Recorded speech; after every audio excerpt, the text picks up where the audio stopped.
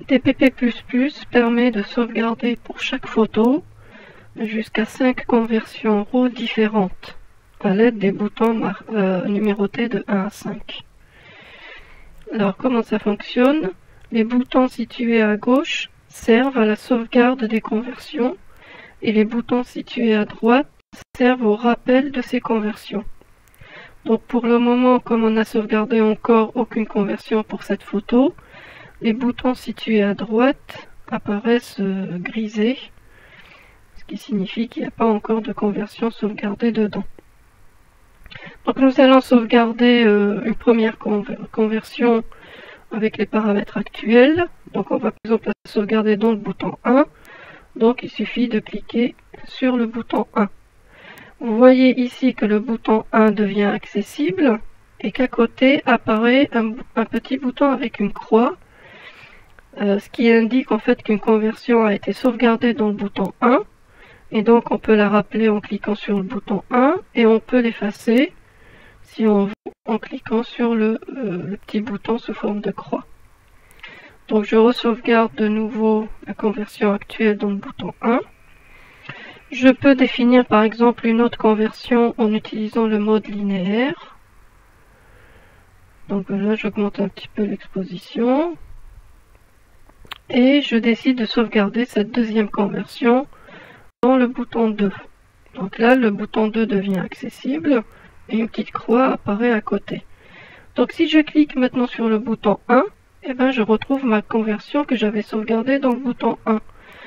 Si je clique sur le bouton 2, je retrouve ma conversion que je viens de sauvegarder dans le bouton 2.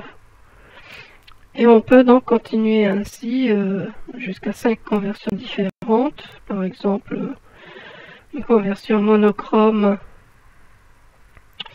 pour le bouton 3. Et on va prendre un autre style d'image, Blue Heaven par exemple. Donc j'enlève le mode linéaire, j'augmente le contraste, saturation des couleurs, et je règle un petit peu l'exposition. Voilà, et donc je sauvegarde ça par exemple dans le bouton 4. Et donc là je peux rappeler mes différentes conversions en cliquant directement sur les différents boutons.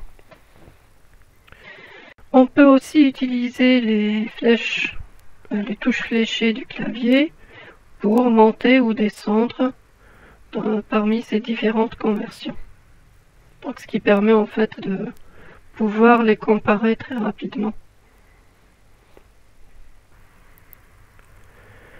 Donc en plus de ces différentes conversions, de ces de cette possibilité d'avoir 5 conversions différentes, DPP permet lui-même de sauvegarder dans le fichier RAW 2 conversions.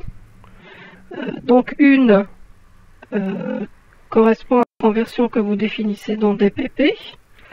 Donc ça vous fera en fait un total de 6 conversions. Donc une qui est sauvegardée dans le fichier RAW lui-même par DPP, et donc 5 autres qui sont conservées par DPP++. Alors à noter que les conversions sauvegardées par DPP++ ne sont pas sauvegardées dans le fichier RAW lui-même, mais dans des fichiers recettes à côté du fichier RAW. Donc par exemple, si vous voulez sauvegarder la conversion courante dans le fichier RAW lui-même, on clique sur la disquette et la conversion courante est sauvegardée dans le fichier RAW. Et donc on peut la rappeler ici en recliquant sur la disquette.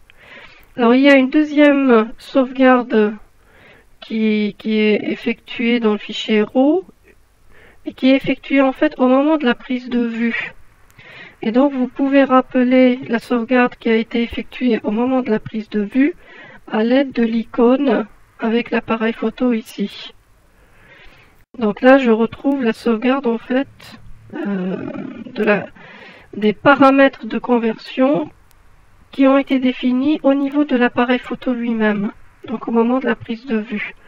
Et donc cette conversion là on ne peut pas la modifier puisque elle correspond aux paramètres qui ont été stockés dans l'appareil photo lui-même au moment de la prise de vue.